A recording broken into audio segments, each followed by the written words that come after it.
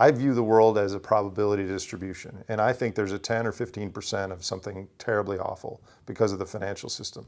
And we're so complex and interlinked that it would be bad.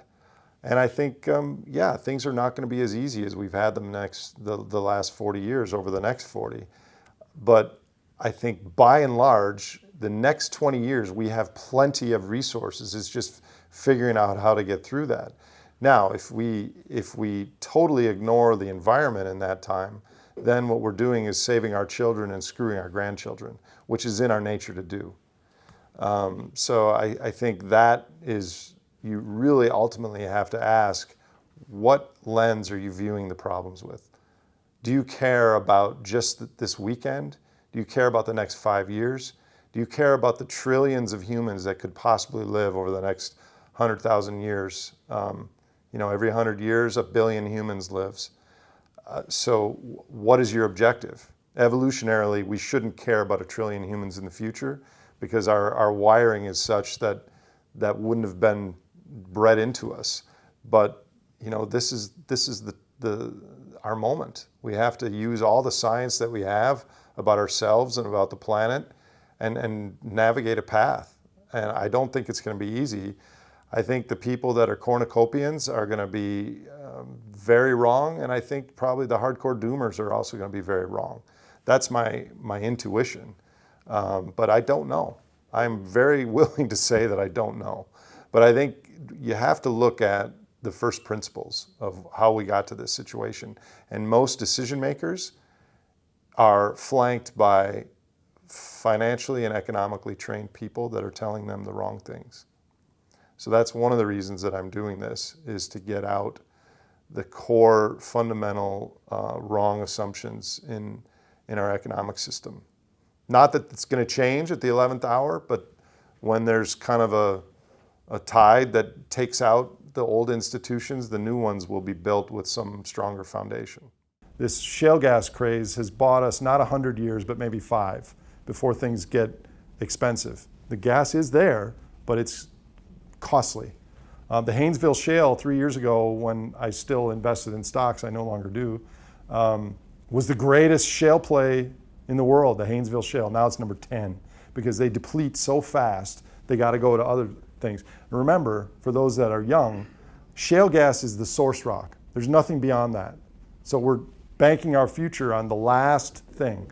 And from a real wide perspective, come on, drilling holes in the ground is not sustainable anyways.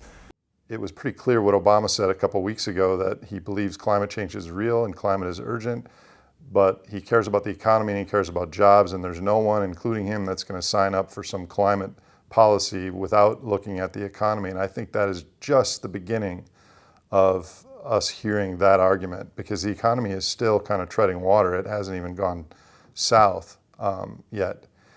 You look at, I'm going to talk about this tonight, you look at the Central European countries, the core European countries, their oil use is identical to 10 years ago, despite all the renewable energies added. But if you look at the peripheral countries, Spain, Portugal, Greece, and Ireland, they have used, especially the last 3 or 4 years, less and less oil because they can't afford it. So I think that may play a role, but what's also interesting is that the seasonality of the oil use has also gone away, which tells me that, plus you look at statistics, the wood stove sales in Greece are up 100% a year. They can't afford fossil fuels, so they're chopping down trees. So everything that we're facing here is a trade-off between one goal and another. So if you optimize the economy, we'll continue to borrow from the future via debt. We'll continue to pull out dirty and slow fuels in order to keep the economy going. Renewables are the answer, but they're not the answer to what most people think. They're not the answer to economic growth. Renewables are fossil fuel extenders, right? Because no matter how many renewables you have, you still need fossil backup if you've got these clean rooms and you need to throw the switch to want power in case the sun doesn't shine or the wind doesn't blow. So yeah, they create a lot of of energy, and actually via what's called the merit order effect, they reduce the marginal cost of energy, but they don't reduce the total cost of energy. Look at Germany right now, they're building 18 new coal plants. That doesn't make sense if renewables are the answer, right? Why they're doing that is because in case on the days that the wind doesn't blow, they fire up the coal or the natural gas. So renewables are important. They're fossil fuel extenders. They're going to extend the life of our fossil fuels by, I think the optimal allocation of renewables might be 15%, maybe 20%. I don't think we could get to 80% with industrial society. We obviously could get to 100% renewables as long as we had some, you can't mine the silicon with solar panels. You need some diesel fuel and things like that. But that aside, we could get it to 100% renewables, but at a far lower standard of living.